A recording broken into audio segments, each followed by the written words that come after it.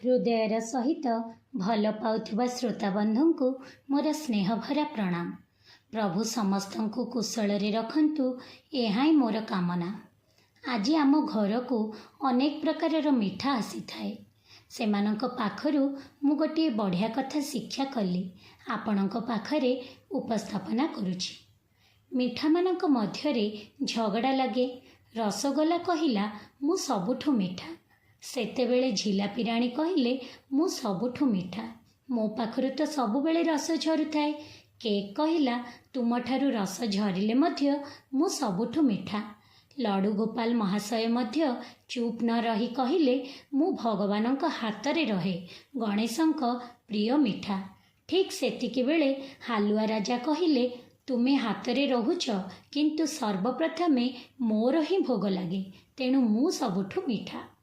एमानंक झगड़ा शुणी गोटे कोणरे बसिथिबा चीनी डब्बा महाशय कुहंती, काहींकी झगड़ा करुछ? तुम मानक भितरे मु विराजमान, तेणु तुमे माने मिठा लागुछ। जेतेबेले मु रहिबिनी सेतेबेले तुमे माने निज अस्तित्व हराई बसिबो। तुमे माने खाली मात्र अटा मैदा सुजी बेसन, मु तुम मानक आत्मा, तेणु झगड़ा बंद कर। समस्ते नीरव होइगले।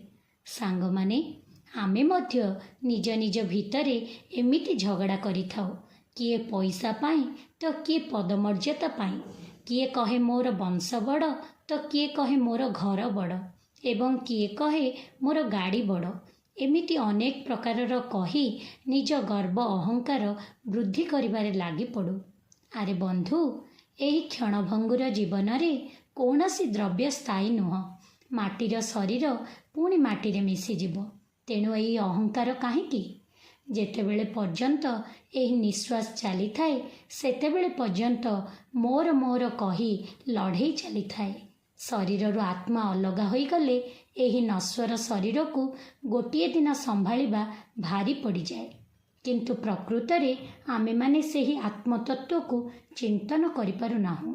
तेणु बंधु, जेते दिन पर्यंत एही पिंडरे प्राण अछि सेते दिन पर्यंत निज आत्मा को भगवत चिंतन रे निवेश करी अन्य को खुशी बांटी समस्तक हृदय रे हस फुटाई एही जीवन को सार्थकता प्रदान करिबा। भिन्न एक कथावस्तु को नहीं शीघ्र साक्षात हेबा। रहिली। जय जगन्नाथ।